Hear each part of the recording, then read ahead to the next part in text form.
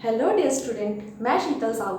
इससे पहले की क्लासेस में हमने लगभग उत्तर भारत के नेशनल पार्क कर रखे हैं। आज हम करने वाले हैं तमिलनाडु के नेशनल पार्क। ठीक है, अगर आपने पहले की क्लासेस नहीं देख के रखी है तो प्लेलिस्ट बना हुआ है एनपी नाम से, आप उसमें जाके देख सकते हैं। क्लियर है? चलिए आज हम करते हैं नेशनल पार्क कहाँ का, तमिलनाडु का। चलिए, तमिलनाडु के नेशनल पार्क में आप 4 नेशनल पार्क को याद रखेंगे। पहला है आई, दूसरा है एम, तीसरा भी एम और चौथा भी एम। अब ये एम एम एम क्या है, चलिए देखिए। आई फॉर क्या हो जाएगा, इंदिरा,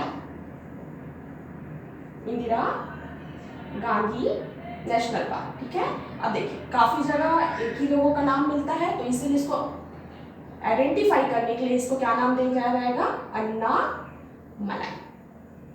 ठीक है, इंदिरा गांधी अन्ना मलाई नेशनल पार्क। इसके बाद एम से हम आएंगे मुकुर्थी, मुकुर्थी नेशनल पार्क हो जाएगा। ठीक है, मुकुर्थी के बाद हम आएंगे तो मुदुमलाई, मुदुमलाई।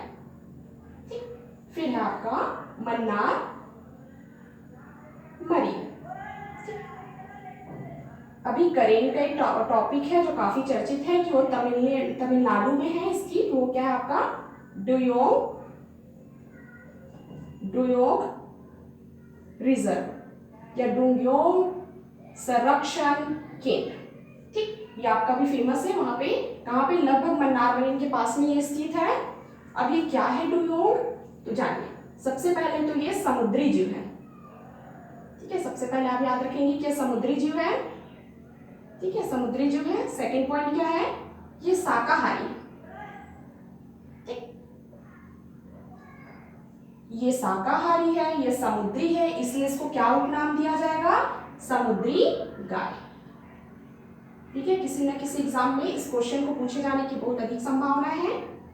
ठीक, क्योंकि ये पूरे भारत का पहला ऐसा आपका रिजर्व बना है, डुयोंग रिजर्व। ठीक है, डुयोंग। क्लियर है यहाँ तक, इसलिए क्वेश्चन बन सकता है। चलिए, ये हमारा तमिलनाडु के नेशनल पार्क है जो आपको याद रहने चाहिए। इसके अलावा हम देखते हैं कि तमिलनाडु से और कई क्वेश्चन बनते हैं।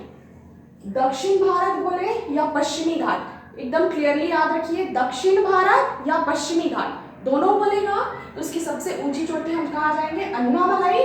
और अन्नामलाई की ऊंची चोटी क्या है आपका, अन्नानी मुड़ी। ठीक है, दक्षिण भारत बोले या पश्चिमी घाट बोले, उसकी सबसे ऊंची चोटी होगा अन्नामलाई में स्थित अन्नाई मुड़ी।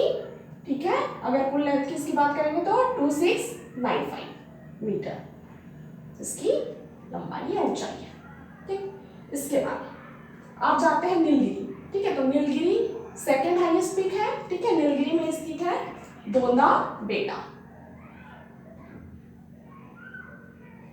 दोंदा बेटा। इसकी अगर हम ऊंचाई की बात करें तो 2637 मीटर। यहां तक क्लियर है? ठीक, और आपका पीएससी में क्वेश्चन बना हुआ है कि पालनी। ठीक है, पालनी जो हिल्स है एक कोडाइकनाल कहाँ स्थित है, तो कोडाइकनाल स्थित था आपका पालनी में। ये आपका पीएससी का बना हुआ क्वेश्चन है और यहाँ से क्वेश्चन बहुत मोस्टली बनते हैं, इसलिए आप इस स्टेज को बिल्कुल ध्यान रखेंगे कि पालनी में स्थित है क्या आपका कोडाइकनाल। क्लियर है? इसके अलावा भी और कई सारी यहाँ पे चोटी है जैसे कि जावेदी, ठीक है, सेवराय, तो वो भी आप याद रखेंगे। ठीक है, क्लियर है यहाँ तक? चलिए, इसके बाद हम जो एक और सीरीज इसके साथ ही चला रहे थे वो क्या थी, गुफाएं। ठीक है, जहां हम करने वाले थे एलिफेंटा। इससे पहले की क्लासेस में हमने कौन कौन से करके रखे, आपको रिमेंबर है कि नहीं? अब बिल्कुल आगे पार्ट पीछे से पार्ट नहीं होना चाहिए ना।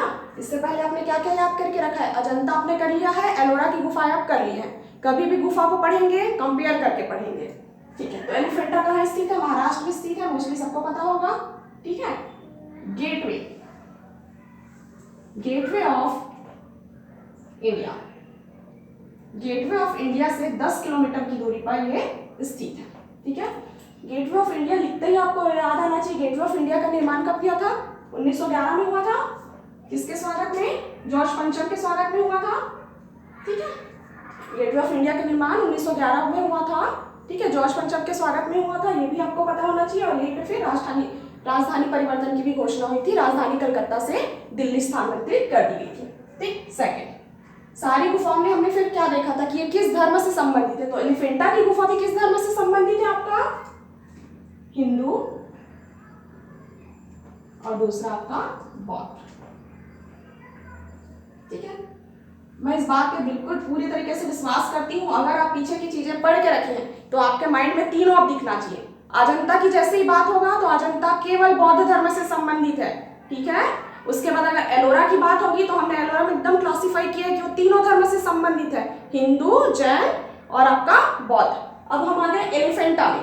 ठीक है, तो एलिफेंटा दो धर्म से संबंधित है, एक हिंदू है और एक आपका हिंदू है और दूसरा है क्या आपका बौद्ध। क्लियर है यहाँ तक? चलिए, अब किस वंश के संबंधित है ये? तो ये राष्ट्रकूट वंश से ही संबंधित है। ठीक है, राष्ट्रकूट वंश से ही ये क्या है? संबंधित है। ठीक है, यहाँ पे फेमस है, कुछ ना कुछ स्पेसिफाई होती है जो बाकी चीजों से उसको अलग बनाता है। तो वो क्या है यहाँ पे? त्रिपुरारी की मूर्ति या त्रिमूर्ति का जो चित्र बना हुआ है दीवार में उकेरा गया है वो त्रिमूर्ति यहाँ पे फेमस है। क्लियर है तब? चलिए, ये चीजें आपको याद हो गई होगी ऐसा मैं मान के चलती हूँ। इसी तरीके से मेरे साथ पढ़ने के लिए बने रहिए। जय हिंद, जय छत्तीसगढ़।